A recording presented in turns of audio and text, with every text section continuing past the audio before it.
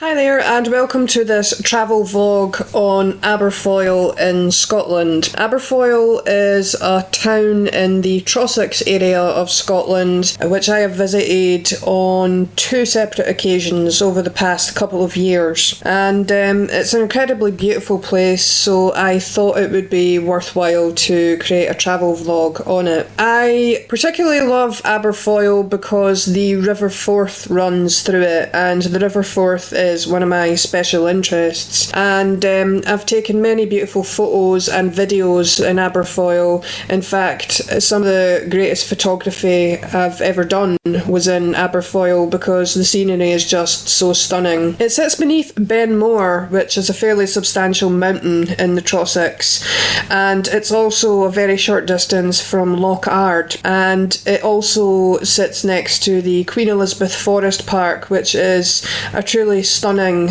piece of scenery, and if you ever get the chance to visit there and do a walk around it, I strongly suggest you do so because it's absolutely stunning. As I said, it also runs adjacent to the River Forth, but it's the River Forth at one of its narrowest points. It's not the narrowest, it's narrower further along in the very tiny hamlet of Milton, and even further up closer to Loch Ard, and if you want to get technical about it, on the slopes of Ben Lomond. However, the River Forth is very narrow as it runs through Aberfoyle, and there's some truly lovely walks alongside it if you want to explore them.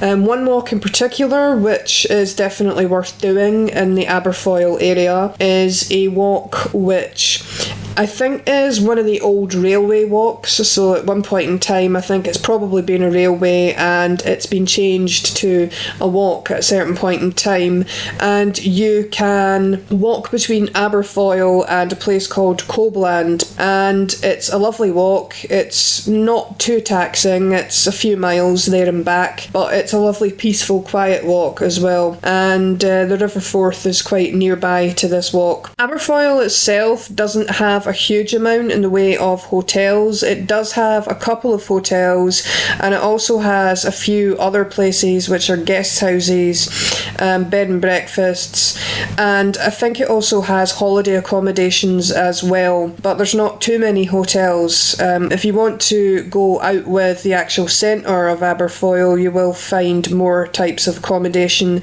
and I believe there are also camping sites within that area as well, so there's a few options available to you. It's not a big place, it's quite a small village, and there are quite a few shops there, the tourist type shops which you normally get in those types of places, but generally speaking it's quite a pleasant place. There's also a chip shop there, and there's a small co-op supermarket as well, so you're not completely cut off from civilization, but it's just quiet enough to give you the experience of the Highlands that you would want if you're seeking out one of these types of places. Near to it there's also the small village hamlet of Milton, which I mentioned earlier, and it's also worth exploring. Although there's not much to it, it's kind of built into the same geographical area as the Queen Elizabeth Forest Park, which, as I've said, is definitely worth exploring.